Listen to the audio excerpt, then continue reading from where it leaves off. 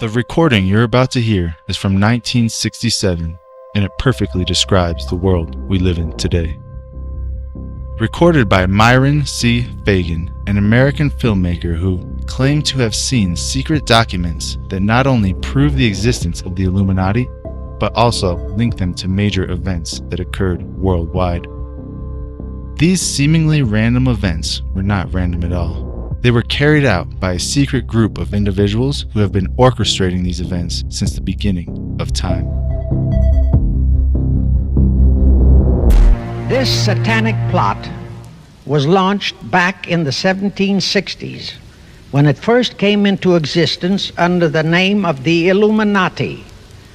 This Illuminati was organized by one Adam Weishaupt, born a Jew, who was converted to Catholicism and became a Catholic priest, and then, at the behest of the then newly organized House of Rothschild, defected and organized the Illuminati.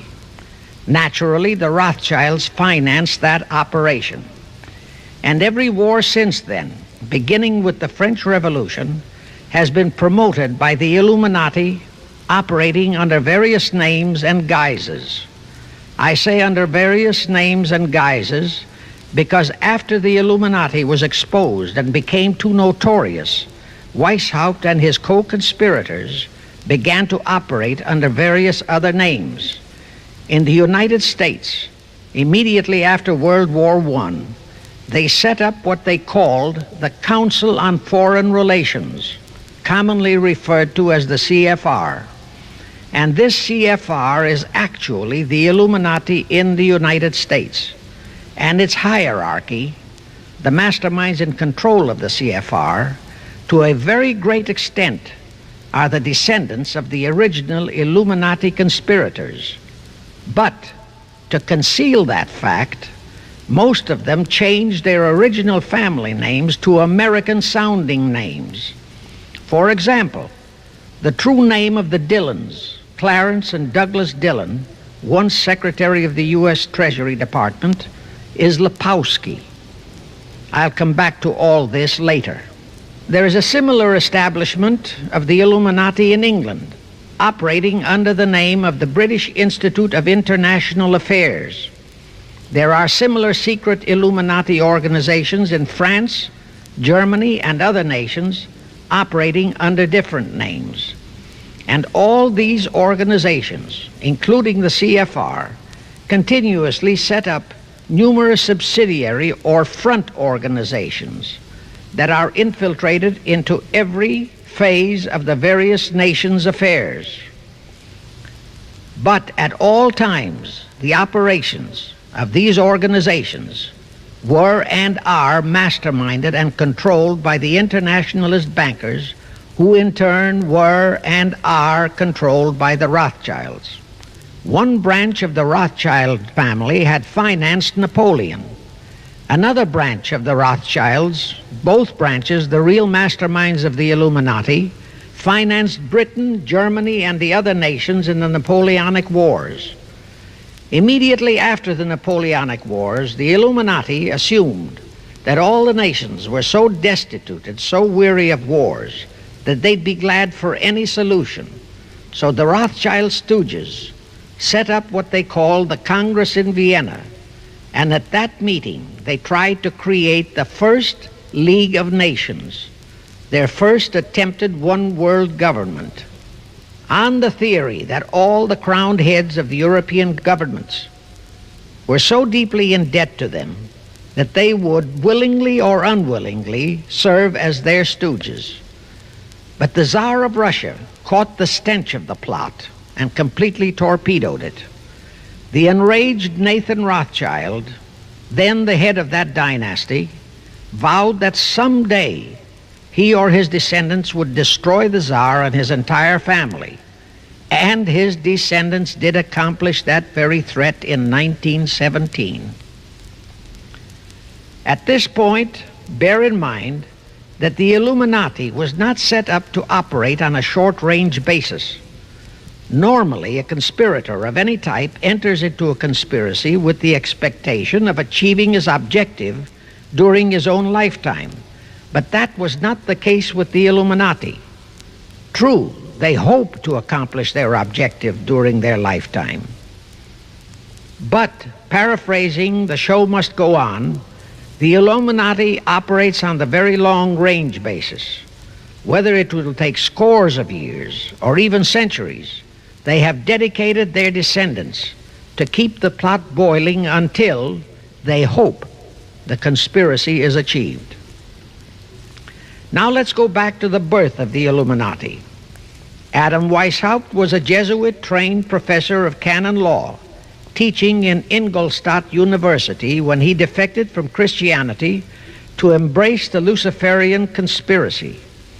It was in 1770 that the professional moneylenders, the then recently organized House of Rothschild, retained him to revise and modernize the age-old protocols of Zionism, which from the outset was designed to give the synagogue of Satan, so named by Jesus Christ, ultimate world domination, so they could impose the Luciferian ideology upon what would remain of the human race after the final social cataclysm by use of satanic despotism.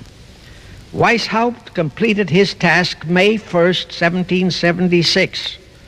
Now you know why May 1 is the great day with all communist nations to this very day.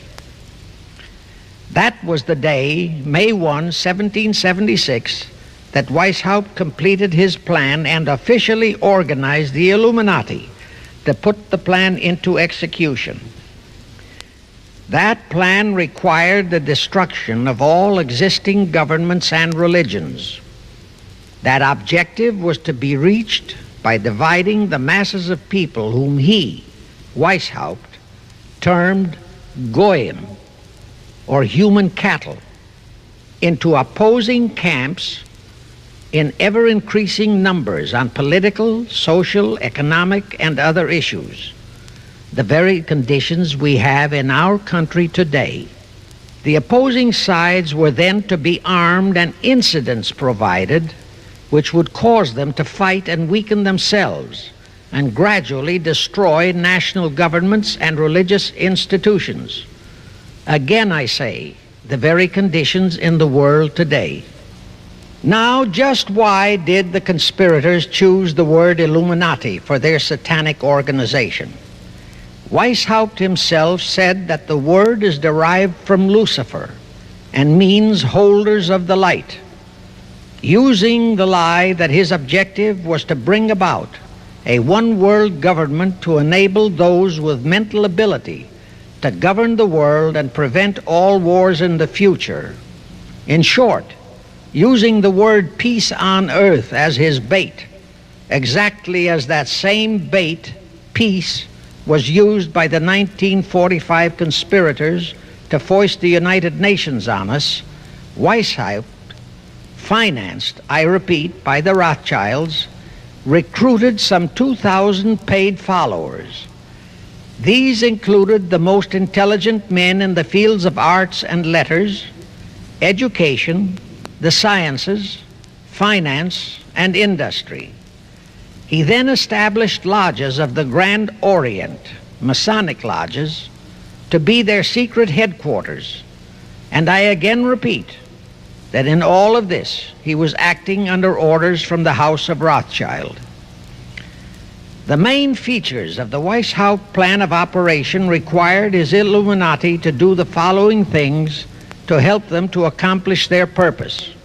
Number one, use monetary and sex bribery to obtain control of men already in high places in the various levels of all governments and other fields of endeavor. Once influential persons had fallen for the lies, deceits, and temptations of the Illuminati, they were to be held in bondage by application of political and other forms of blackmail, threats of financial ruin, public exposure and physical harm, even death, to themselves and loved members of their families. Do you realize how many present top officials in our federal government in Washington are controlled in just that way by the CFR? Number two, Illuminati and the faculties of colleges and universities were to cultivate students possessing exceptional mental ability, belonging to well-bred families with international leanings, and recommend them for special training in internationalism. Such training was to be provided by granting scholarships to those selected by the Illuminists. That gives you an idea what a Rhodes Scholarship means. It means indoctrination into accepting the idea that only a one-world government can put an end to recurring wars and strife. That's how the United Nations was sold to the American people.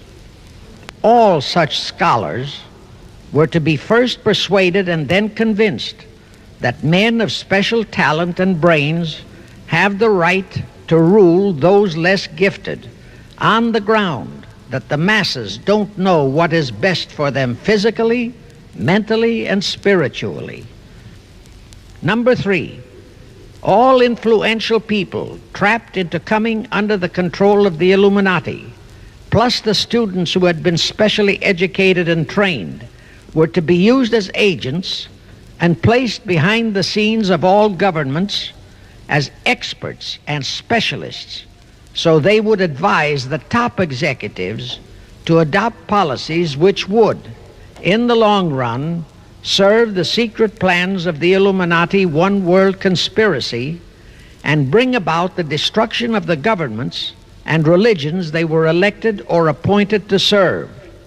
Number four, perhaps the most vital directive in Weishaupt's plan was to obtain absolute control of the press, at that time the only mass communications media, to distribute information to the public, so that all news and information could be slanted, so that the masses could be convinced that a one-world government is the only solution to our many and varied problems. Now do you know who owns and controls our mass communications media? I'll tell you, practically all the movie lots in Hollywood is owned by the Lehmans, Kuhn Loeb and Company, Goldman Sachs, and other internationalist bankers. All the national radio and TV channels in the nation are owned and controlled by those same internationalist bankers. The same is true of every chain of metropolitan newspapers and magazines, also of the press wire services, such as Associated Press, United Press International, etc. The supposed heads of all those media are merely the fronts for the internationalist bankers, who in turn compose the hierarchy of the CFR, today's Illuminati in America.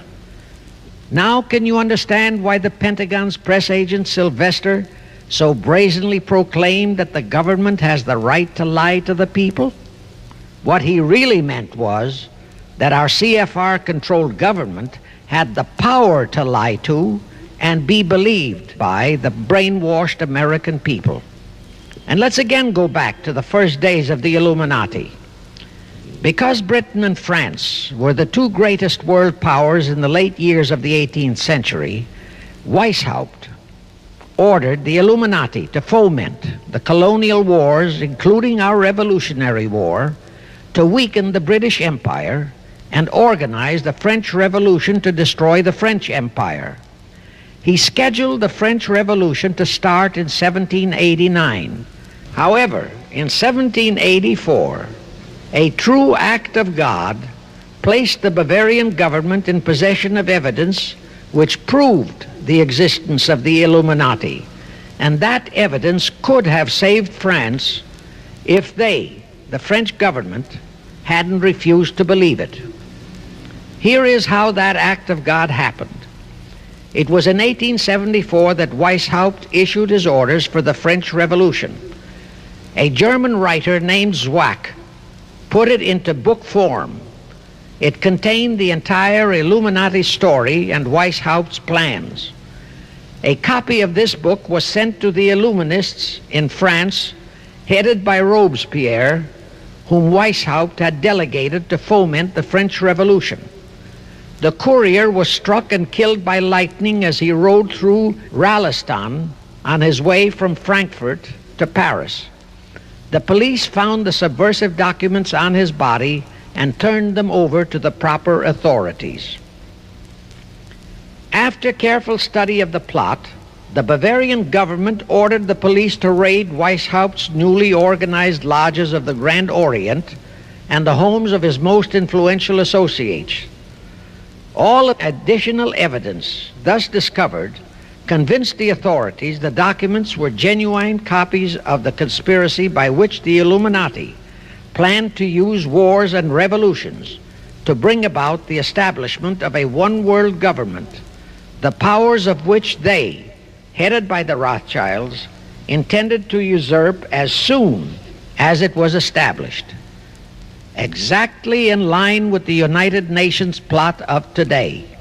In 1785, the Bavarian government outlawed the Illuminati and closed the lodges of the Grand Orient.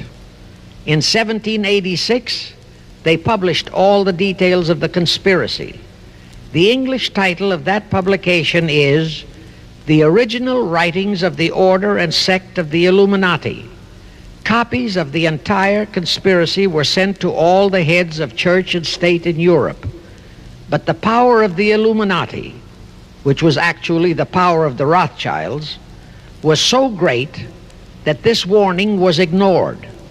Nevertheless, Illuminati became a dirty word, and it went underground. At the same time, Weishaupt ordered Illuminists to infiltrate into the lodges of Blue Masonry and form their own secret societies within all secret societies. Only Masons who proved themselves internationalists and those whose conduct proved they had defected from God were initiated into the Illuminati. Thenceforth, the conspirators donned the cloak of philanthropy and humanitarianism to conceal their revolutionary and subversive activities. In order to infiltrate into Masonic lodges in Britain, Weishaupt invited John Robison over to Europe. Robison was a high-degree Mason in the Scottish Rite. He was a professor of natural philosophy at Edinburgh University and secretary of the Royal Society of Edinburgh. Robison did not fall for the lie that the objective of the Illuminati was to create a benevolent dictatorship, but he kept his reactions to himself so well that he was entrusted with a copy of Weishaupt's revised conspiracy for study and safekeeping. Anyway, because the heads of state and church in France were deluded into ignoring the warnings given them, the revolution broke out in 1789 as scheduled by Weishaupt. In order to alert other governments to their danger, in 1798 Robison published a book entitled Proof of a Conspiracy to Destroy All Governments and Religions. But his warnings were ignored, exactly as our American people have been ignoring all warnings about the United Nations and the Council on Foreign Relations, the CFR.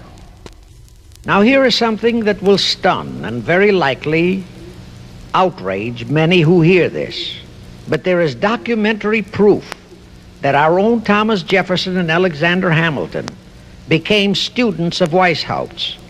Jefferson was one of Weishaupt's strongest defenders when he was outlawed by his government. And it was Jefferson who infiltrated the Illuminati into the then newly organized lodges of the Scottish Rite in New England. Here is the proof. In 1789, John Robison warned all Masonic leaders in America that the Illuminati had infiltrated into their lodges. And on July 19, 1789, David Papin, president of Harvard University, issued the same warning to the graduating class and lectured them on the influence Illuminism was acquiring on American politics and religion. And to top it off, John Quincy Adams, who had organized the New England Masonic lodges, issued his warnings. He wrote 3 letters to Colonel William L. Stone, a top Mason, in which he exposed how Jefferson was using Masonic lodges for subversive, Illuministic purposes. Those 3 letters are at this very time in Rittenberg Square Library in Philadelphia. In 1826, one Captain William Morgan decided it was his duty to inform all Masons and the general public what the full truth was regarding the Illuminati, their secret plans and intended objectives, also reveal the identities of the masterminds of the conspiracy. The Illuminati promptly tried Morgan in absentia and convicted him of treason. They ordered one Richard Howard, an English Illuminist, to carry out their sentence of execution as a traitor. Morgan was warned and he tried to escape to Canada, but Howard caught up with him near the border, near the Niagara Gorge to be exact, where he murdered him. This was verified in a sworn statement made in New York by one Avery Allen to the effect that he heard Howard render his report of the execution to a meeting of Knights Templars in St. John's Hall, New York. He also told how arrangements had been made to ship Howard back to England. That Allen affidavit is on record in New York City archives. Very few Masons and very few of the general public know that general disapproval over that incident of murder caused approximately half of all the Masons in the northern jurisdiction of the United States to secede. Copies of the minutes of the meeting held to discuss that matter are still in existence in safe hands, and that all that secrecy emphasizes the power of the masterminds of the Illuminati to prevent such terrible events of history from being taught in our schools. The Rothschilds decided that to keep the plot alive, they'd have to do it by heightening their control of the money systems of the European nations. Earlier, by a ruse, the outcome of the Battle of Waterloo had been falsified. Rothschild had spread a story that Napoleon had won that battle. That had precipitated a terrific panic on the stock market in England. All stocks had plummeted down to practically zero, and Nathan Rothschild bought all the stocks for virtually a penny on its dollar values. That gave him complete control of the economy of Britain and virtually of all Europe. So immediately after that Congress in Vienna had boomeranged, Rothschild forced Britain to set up a new Bank of England, which he absolutely controlled, exactly as later, through Jacob Schiff, he engineered our own Federal Reserve Act, which gave the House of Rothschild a secret control of the economy in the United States. Weishaupt died in 1830, but prior to his death, he prepared a revised version of the age-old conspiracy, the Illuminati, which, under various aliases, was to organize, finance, direct, and control all international organizations and groups by working their agents into executive positions at the top. In the United States, we have Woodrow Wilson, Franklin Roosevelt, Jack Kennedy, Johnson, Rusk, McNamara, Fulbright, etc. as prime examples. In addition, while Karl Marx was writing the Communist Manifesto under the direction of one group of Illuminists, Professor Karl Ritter of Frankfurt University was writing the antithesis under direction of another group. The idea was that those who direct the overall conspiracy could use the differences in those two so-called ideologies to enable them to divide larger and larger members of the human race into opposing camps so that they could be armed and then brainwashed into fighting and destroying each other, and particularly to destroy all political and religious institutions. The work Ritter started was continued after his death and completed by the German so-called philosopher Friedrich Wilhelm Nietzsche, who founded Nietzscheism. This Nietzscheism was later developed into fascism and then into Nazism, and was used to foment World Wars I and II.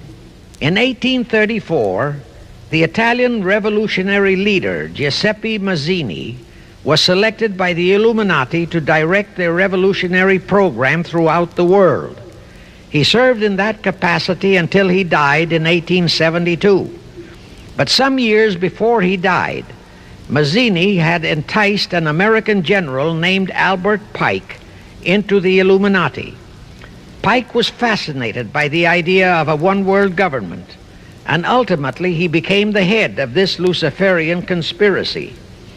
Between 1859 and 1871, he, Pike, worked out a military blueprint for 3 world wars and various revolutions throughout the world. Again, I remind that these conspirators were never concerned with immediate success. They always operated on a long-range view. Pike did most of his work in his home in Little Rock, Arkansas. But a few years later, when the Illuminati's lodges of the Grand Orient became suspect and repudiated because of Mazzini's revolutionary activities in Europe, Pike organized what he called the New and Reformed Palladian Rite. He set up 3 supreme councils, one in Charleston, South Carolina, one in Rome, Italy, and the 3rd in Berlin, Germany.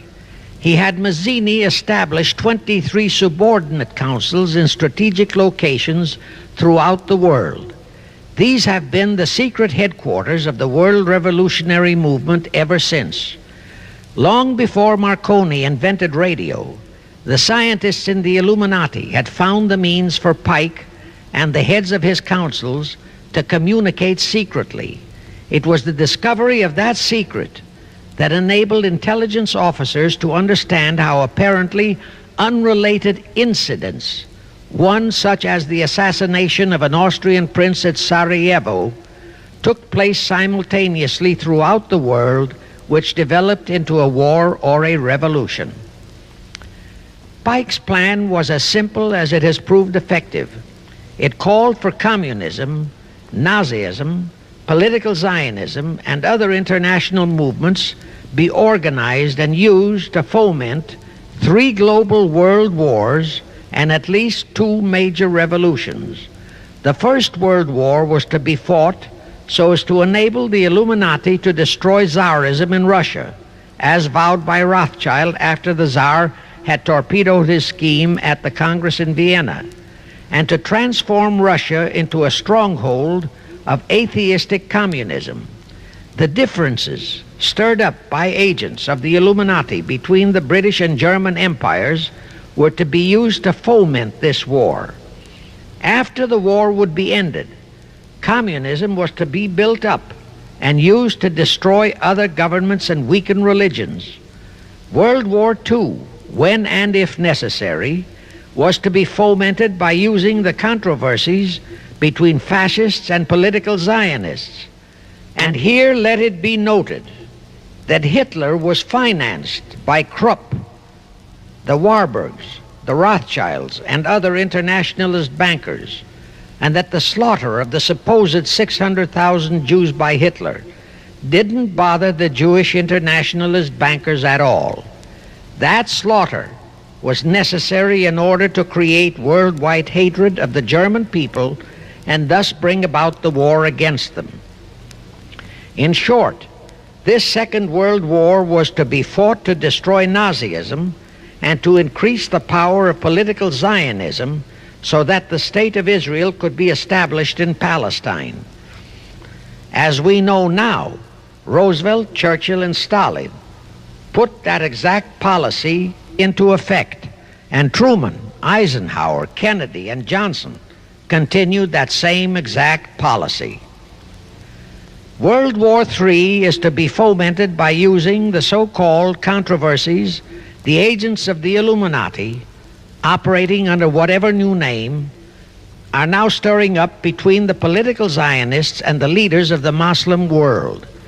That war is to be directed in such a manner that all of Islam and political Zionism, Israel, will destroy each other, while at the same time the remaining nations, once more divided on this issue, will be forced to fight themselves into a state of complete exhaustion, physically, mentally, spiritually, and economically.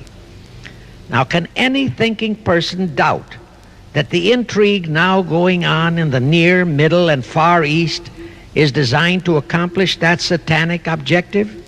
Pike himself foretold all this in a statement he made to Mazzini on August 15, 1871.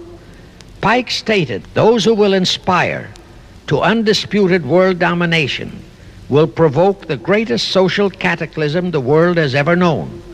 Quoting his own words, taken from the letter he wrote to Mazzini, and which letter is now catalogued in the British Museum in London, England, he said, "We shall unleash the nihilists and the atheists, and we shall provoke a great social cataclysm which in all its horror will show clearly to all nations the effect of absolute atheism, the origin of savagery and of most bloody turmoil. Then everywhere the people forced to defend themselves against the world minority of revolutionaries will exterminate those destroyers of civilization, and the multitudes disillusioned with Christianity, whose deistic spirits will be from that moment on without direction and leadership, and anxious for an ideal but without knowledge where to send its adoration, will receive the true light through the universal manifestation of the pure doctrine of Lucifer, brought finally out into public view, a manifestation which will result from a general reactionary movement which will follow the destruction of Christianity and atheism, both conquered and exterminated at the same time." When Mazzini died in 1872, Pike made another Italian revolutionary leader named Adrian Lemmy his successor. Lemmy, in turn, was succeeded by Lenin and Trotsky, then by Stalin. The revolutionary activities of all those men were financed by British, French, German, and American international bankers, all of them dominated by the House of Rothschild. We are supposed to believe that the international bankers of today, like the money changers of Christ's day, are only the tools or agents of the great conspiracy, but actually they are the masterminds behind all of it. While the general public has been brainwashed by all the mass communications media, the actual fact is that both British and American intelligence officers have authentic documentary evidence that international liberals operating through their international banking houses, particularly the House of Rothschild, have financed both sides in every war and revolution since 1776. Those who today comprise the conspiracy, the CFR in the United States, direct our governments, whom they hold in usury through such methods as the Federal Reserve System in America, to fight wars such as Vietnam, created by the United Nations, so as to further Pike's Illuminati plans to bring the world to that stage of the conspiracy. The headquarters of the great conspiracy in the late 1700s was in Frankfurt, Germany, where the House of Rothschild had been established by Mayer Anschelm, who adopted the Rothschild name and linked together other international financiers who had literally sold their souls to the devil. After the Bavarian government's exposure in 1786, the conspirators moved their headquarters to Switzerland, then to London. Since World War II, after Jacob Schiff, the Rothschilds' boy in America, died, the headquarters of the American branch has been in the Harold Pratt Building, New York, and the Rockefellers, originally protégés of Schiff, have taken over the manipulation of finances in America for the Illuminati. In the final phases of the conspiracy, the one world government will consist of the king dictator, head of the United Nations, the CFR, and a few billionaires, economists, and scientists who have proved their devotion to the great conspiracy.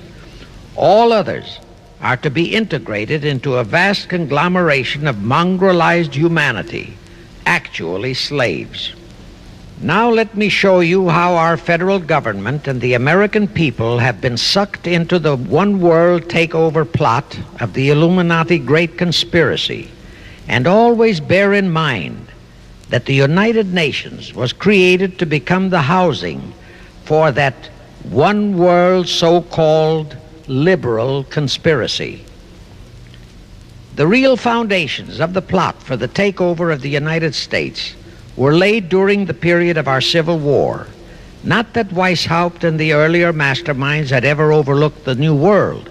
As I have previously indicated, Weishaupt had his agents planted over here as far back as the Revolutionary War. But George Washington was more than a match for them. It was during the Civil War that the conspirators launched their first concrete efforts. We know that Judah Benjamin, chief advisor of Jefferson Davis, was a Rothschild agent. We also know that there were Rothschild agents planted in Abraham Lincoln's cabinet who tried to sell him into a financial dealing with the House of Rothschild. But old Abe saw through the scheme and bluntly rejected it, thereby incurring the undying enmity of the Rothschilds, exactly as the Russian Tsar did when he torpedoed their first League of Nations at the Congress in Vienna. Investigation of the assassination of Lincoln revealed that the assassin, Booth, was a member of a secret conspiratorial group. Because there were a number of highly important government officials involved, the name of the group was never revealed, and it became a mystery, exactly as the assassination of Jack Kennedy still is a mystery. The ending of the Civil War destroyed, temporarily, all chances of the House of Rothschild to get a clutch on our money system, such as they had acquired in Britain and other nations in Europe. I say temporarily because the Rothschilds and the masterminds of the conspiracy never quit. So they had to start from scratch, but they lost no time in getting started. Shortly after the Civil War, a young immigrant who called himself Jacob H. Schiff arrived in New York. Jacob was a young man with a mission for the House of Rothschild. Jacob was the son of a rabbi, born in one of Rothschild's houses in Frankfurt, Germany. I won't go deeply into his background. The important point is that Rothschild recognized in him not only a potential money wizard, but more important, he also saw the latent Machiavellian qualities in Jacob that could, as it did, make him an invaluable functionary in the great one-world conspiracy.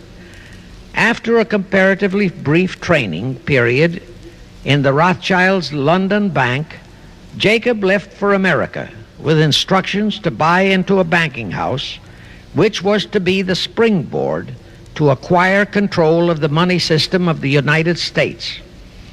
Actually, Jacob came here to carry out 4 specific assignments.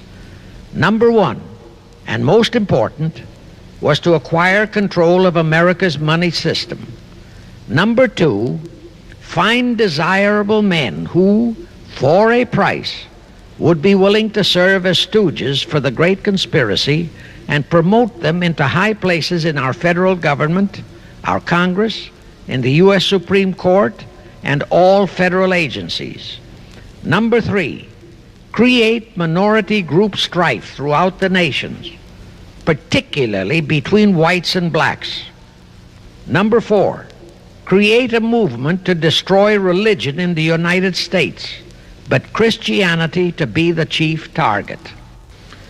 Now, the vast majority of the American people think that the Federal Reserve System is a United States government-owned agency.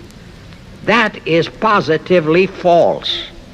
All of the stock of the Federal Reserve banks is owned by the member banks, and the heads of the member banks are all members of the hierarchy of the great Illuminati conspiracy known today as the CFR. The details of that act of treason in which many traitorous so-called Americans participated are far too long for this recording. Now, if you think that those aliens and their by accident of birth American co-conspirators would be content with just the control of our money system, you're in for another very sad shock. The Federal Reserve System gave the conspirators complete control of our money system, but it in no way touched the earnings of the people, because the Constitution positively forbids what is now known as the 20% withholding tax. But the Illuminati blueprint for one world enslavement called for the confiscation of all private property and control of individual earning powers. This, and Karl Marx stressed that feature in his blueprint, had to be accomplished by a progressive graduated income tax. As I stated, such a tax could not lawfully be imposed upon the American people. It is succinctly and expressly forbidden by our Constitution.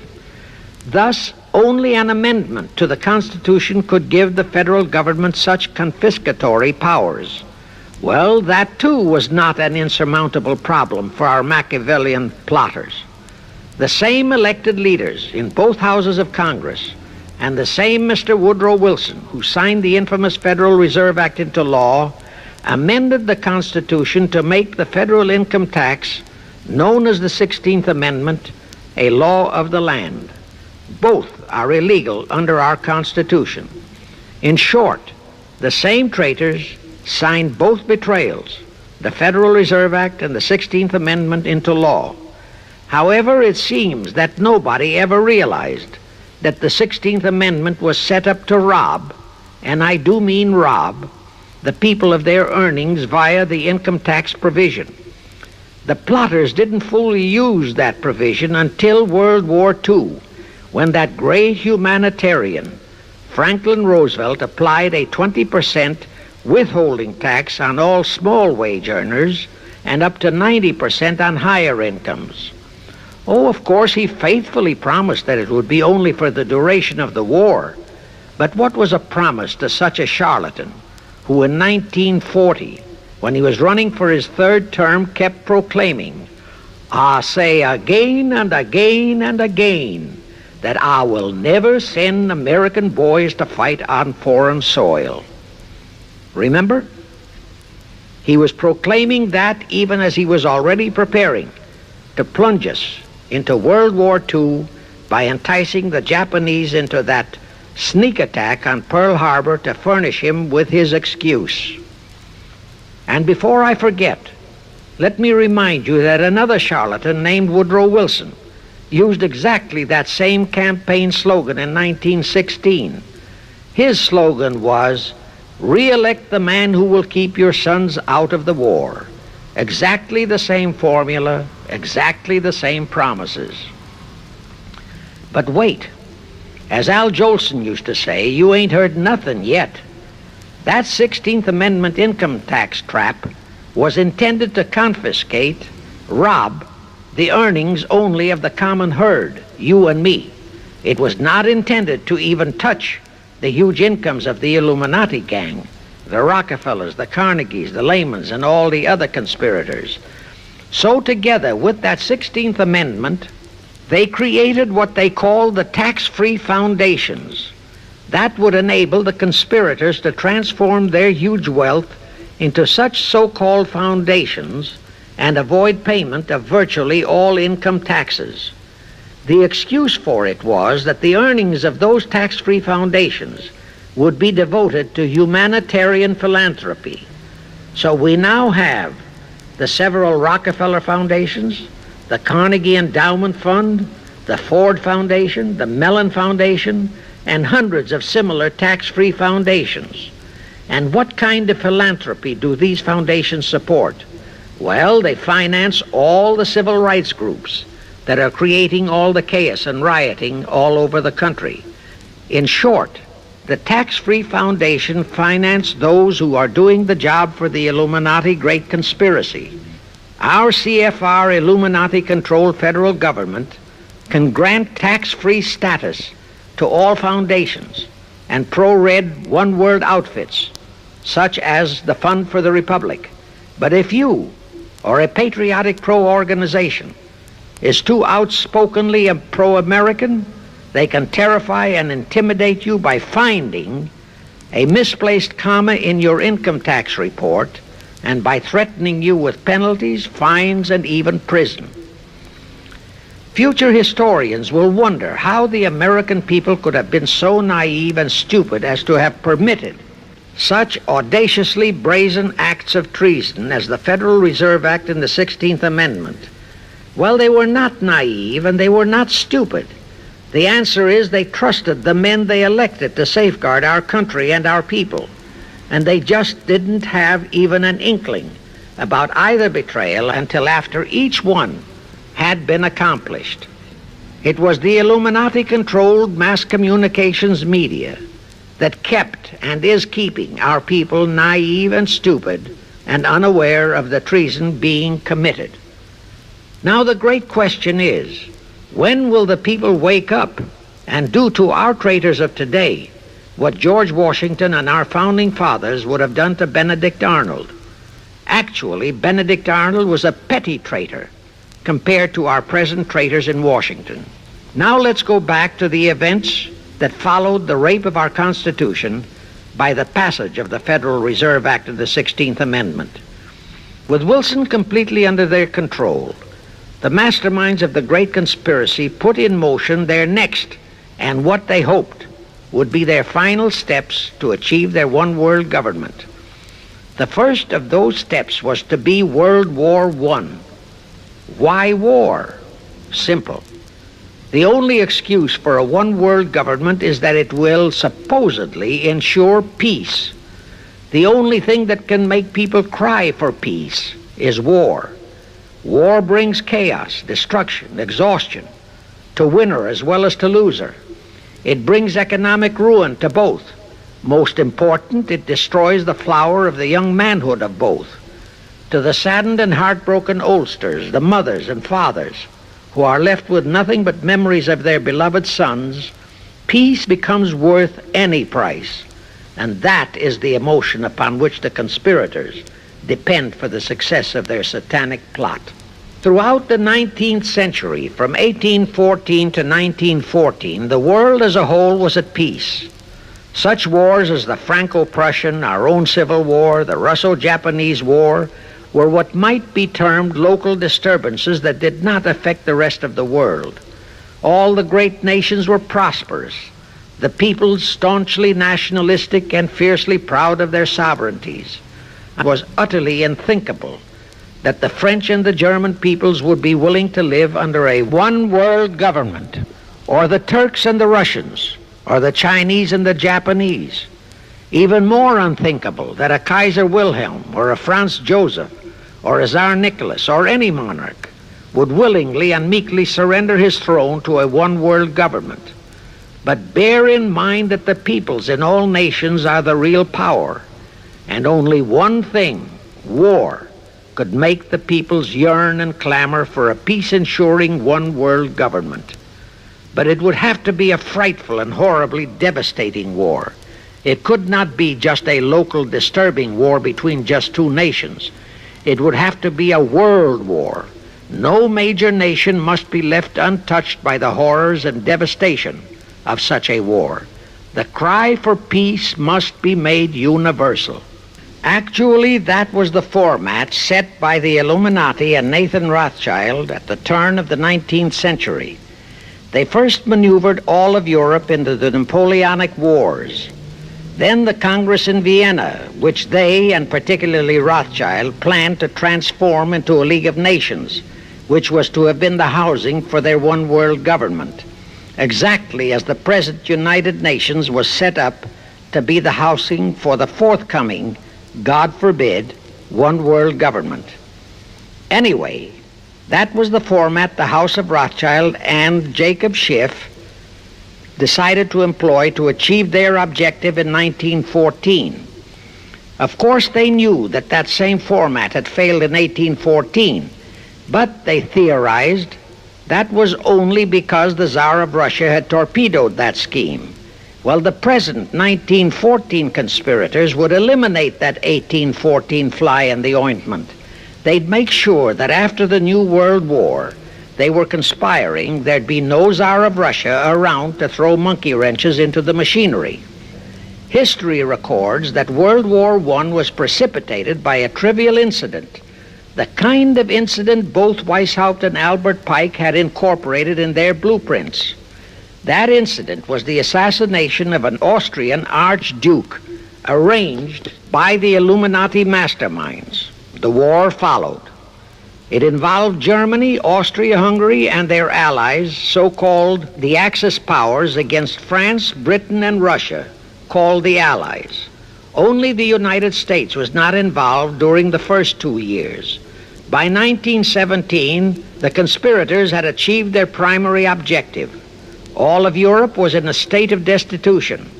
All the peoples were war-weary and crying for peace. And the outcome, too, was all set.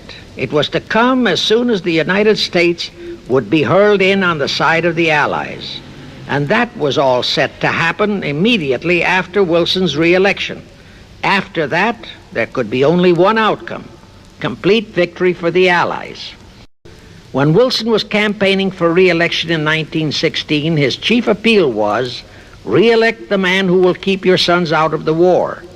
But during that same campaign, the Republican Party publicly charged that Wilson had long committed himself to throw us into the war. They charged that if he would be defeated, he would accomplish that act during his few remaining months in office. But if re-elected, he would hold off until after re-election. But at that time, the American people looked upon Wilson as a God-man. Well, Wilson was re-elected, and as per the schedule of the conspirators, he hurled us into the war in 1917. He used the sinking of the Lusitania as an excuse, a sinking which also was prearranged.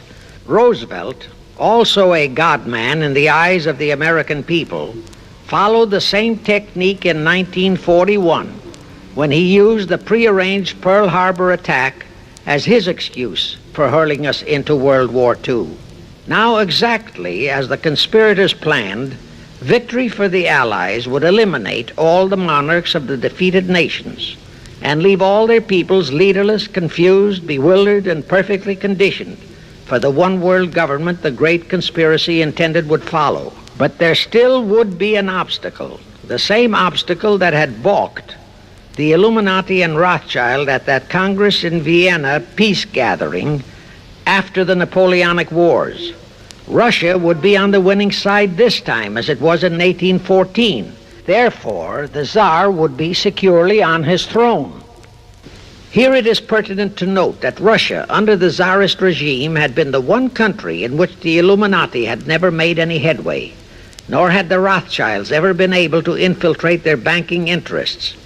Thus, a winning Tsar would be more difficult than ever to cope with.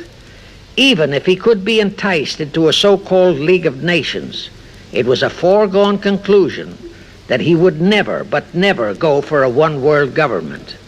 So even before the outbreak of World War I, the conspirators had a plan in the making to carry out Nathan Rothschild's vow of 1814, to destroy the Tsar and also murder all possible royal heirs to the throne.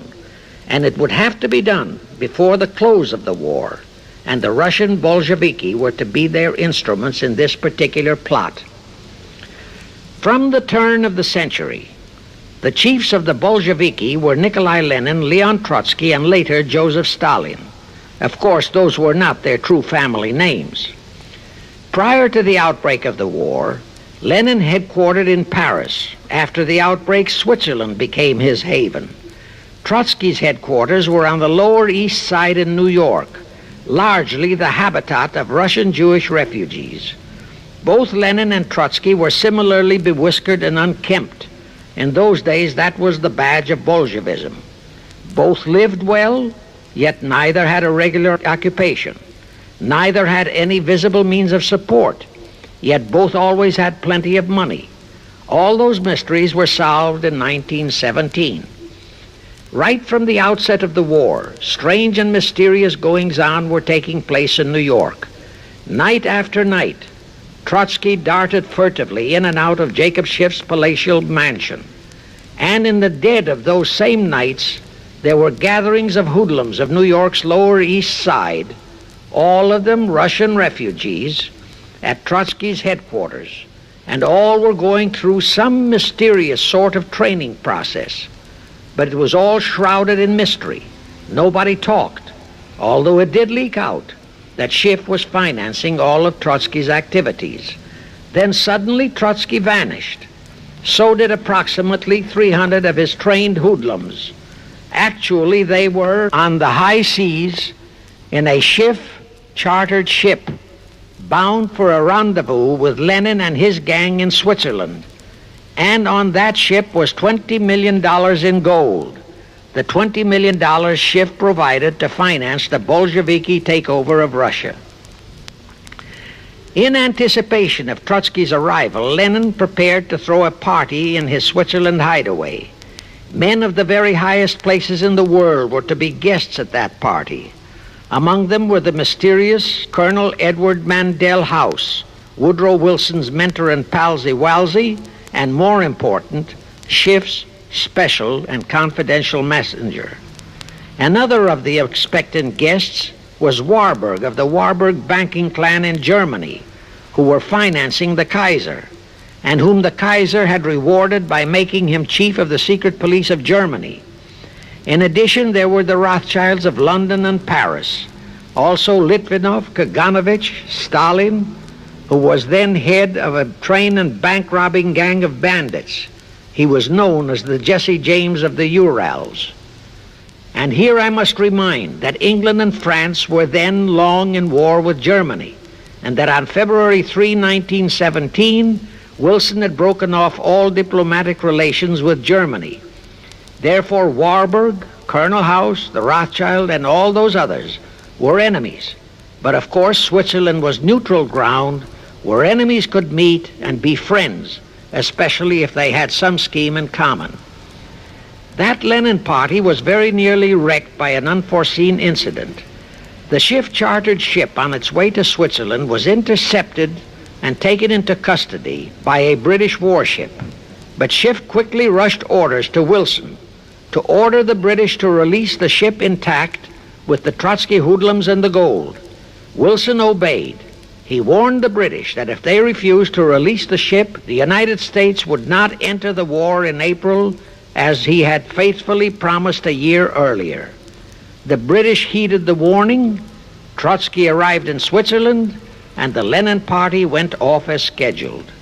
But they still faced what ordinarily would have been the insurmountable obstacle of getting the Lenin-Trotsky band of terrorists across the border into Russia. Well, that's where Brother Warburg, chief of the German secret police, came in. He loaded all those thugs into sealed freight cars and made all the necessary arrangement for their secret entry into Russia. The rest is history. The revolution in Russia took place, and all members of the royal Romanov family were murdered. Now, my chief objective is to establish beyond even a remote doubt that communism, so-called, is an integral part of the Illuminati's great conspiracy for the enslavement of the entire world. That communism, so-called, is merely their weapon and bogeyman word to terrify the peoples of the whole world, and that the conquest of Russia and the creation of communism was in great part organized by Schiff and the other international bankers right in our own city of New York. Charlie Knickerbocker, a Hearst newspaper columnist, published an interview with John Schiff, grandson of Jacob, in which young Schiff confirmed the entire story and named the figure old Jacob contributed, $20 million. If anybody still has even a remote doubt that the entire menace of communism was created by the masterminds of the great conspiracy right in our own city of New York, I will cite the following historical fact. All records show that when Lenin and Trotsky engineered the capture of Russia, They operated as heads of the Bolsheviki Party. Now, Bolshevism is a purely Russian word. The masterminds realized that Bolshevism could never be sold as an ideology to any but the Russian people. So in April 1918, Jacob Schiff dispatched Colonel House to Moscow with orders to Lenin, Trotsky, and Stalin to change the name of their regime to the Communist Party and to adopt the Karl Marx Manifesto as the constitution of the Communist Party. Lenin, Trotsky, and Stalin obeyed. And that year of 1918 was when the Communist Party and the menace of communism came into being. All this is confirmed in Webster's Collegiate Dictionary, 5th edition. In short, communism was created by the capitalists. Thus, until November 11, 1918, the entire fiendish plan of the conspirators worked perfectly. All the great nations, including the United States, were war-weary, devastated, mourning their dead. Peace was the great universal desire. Thus, when it was proposed by Wilson to set up a League of Nations to ensure peace, all the great nations, with no Russian Tsar to stand in their way, jumped on that bandwagon without even stopping to read the fine print in that insurance policy. That is all but one, the United States, the very one that Schiff and his co-conspirators least expected would balk. And that was their one fatal mistake in that early plot. You see, when Schiff planted Woodrow Wilson in the White House, the conspirators assumed that they had the United States in the proverbial bag. Wilson had been perfectly built up as a great humanitarian. He supposedly became established as a God-man with the American people. There was every reason for the conspirators to have believed that he would easily hornswoggle Congress into buying the League of Nations sight unseen, exactly as the Congress of 1945 bought the United Nations sight unseen. But there was one man in the Senate in 1918 who saw through that scheme just as the Russian Tsar did in 1814. He was a man of great political stature, almost as great as that of Teddy Roosevelt, and fully as astute. He was highly respected and trusted by all members of both houses of Congress and by the American people. The name of that great and patriotic American was Henry Cabot Lodge, not the phony of today who called himself Henry Cabot Lodge Jr. until he was exposed. Lodge completely unmasked Wilson and kept the United States out of the League of Nations. Here it becomes of great interest to know the real reason for the Wilson League of Nations flop. As I previously stated, Schiff was sent to the United States to carry out 4 specific assignments. Number 1 and most important was to acquire complete control of the U.S. money system. Number 2, as outlined in the original Weishaupt Illuminati blueprint, he was to find the right kind of men to serve as stooges for the great conspiracy and promote them into the highest offices in our federal government, our Congress, our U.S. Supreme Court, and all federal agencies, such as the State Department, the Pentagon, the Treasury Department, etc. Number 3, destroy the unity of the American people by creating minority group strife throughout the nation, especially between the whites and blacks as outlined in Israel Cohen's book. Number 4, create a movement to destroy religion in the United States with Christianity to be the chief target or victim. In addition, he was strongly reminded of the imperative directive in the Illuminati blueprint to achieve full control of all mass communications media, to be used to brainwash the people into believing and accepting all of the maneuverings of the great conspiracy. Schiff was warned that only control of the press, at that time our only mass communications media, would enable him to destroy the unity of the American people. Now then, Schiff and his co-conspirators did set up the NAACP, the National Association for the Advancement of the Colored People, in 1909.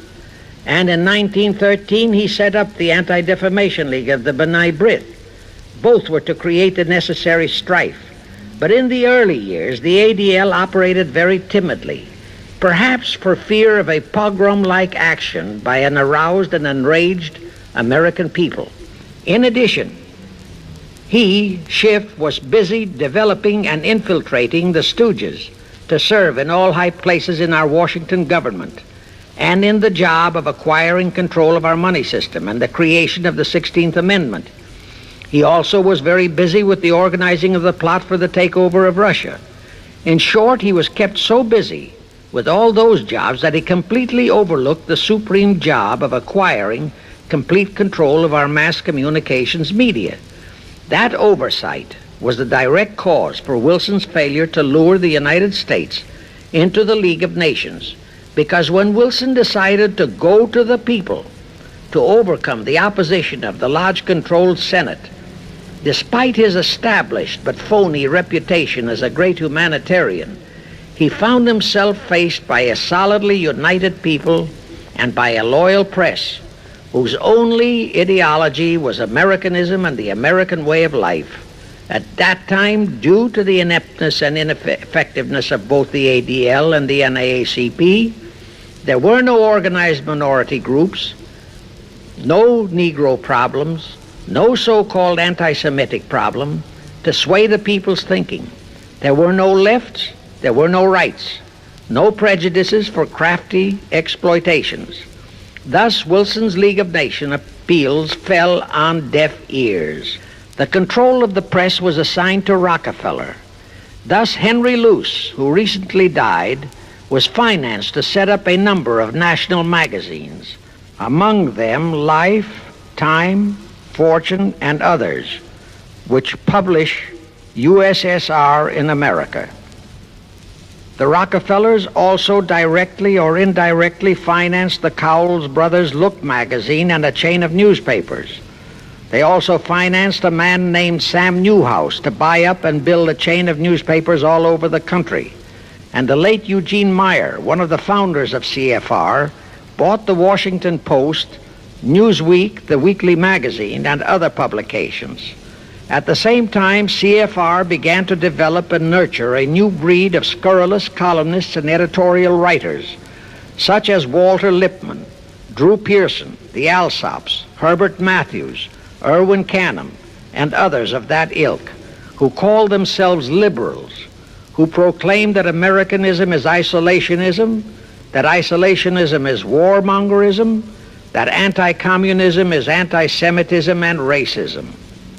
All that took time, of course, but today our entire press, except for some local small-town papers and weeklies published by patriotic organizations, is completely controlled by CFR stooges, and thus they finally succeeded in breaking us up into a nation of quarreling, wrangling, squabbling, hating factions. Now, if you still wonder about the slanted news and outright lies you read in your paper, you have the answer. To the Lehmans, Goldman Sachs, Kuhn Loeb, and the Warburgs, the CFR assigned the job of getting control of the motion picture industry, Hollywood, radio and television, and believe you me, they succeeded. If you still wonder about the strange propaganda broadcasts by the Ed Murrows, Chet Huntley, Howard K. Smith, Eric Severide, Drew Pearson, and others of that ilk, you have the answer. If you wonder about all the smut, sex, pornography, and mixed marriage films you see in your movie theater and on your TV set, all of which is demoralizing our youth, you have the answer. It tells in detail how the press, the movies, TV, and radio have been, and still are, used to brainwash the people, to demoralize our youth, and they have been and still are encouraging and creating sympathy for the rioting civil rights lawlessness. To the vast majority of the American people, our foreign policy for many years has been a complete enigma. Most of us simply can't understand why this great nation is seemingly floundering so helplessly in the art of diplomacy. We can't understand why our leaders are seemingly so confused and bewildered in all their dealings. Now I have one more vital message to deliver. As I told you, One of the four specific assignments Rothschild gave Jacob Schiff was to create a movement to destroy religion in the United States, with Christianity to be the chief target.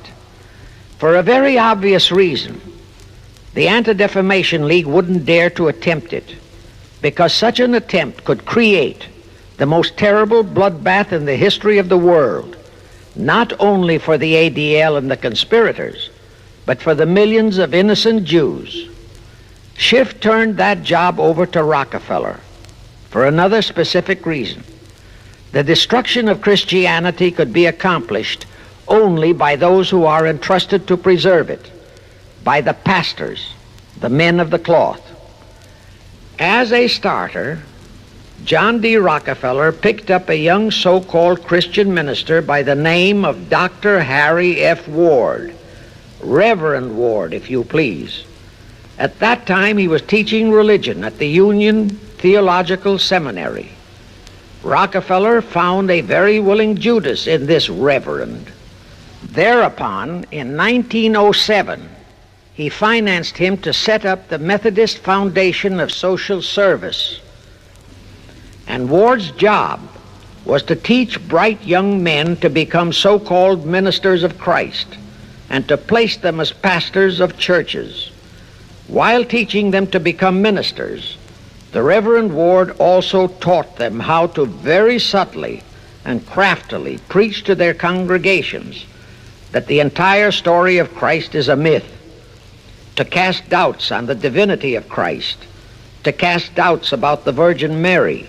In short, to cast doubts on Christianity as a whole.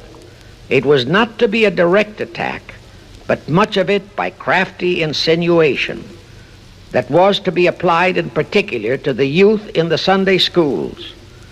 Remember Lenin's statement, "Give me just one generation of youth and I'll transform the whole world."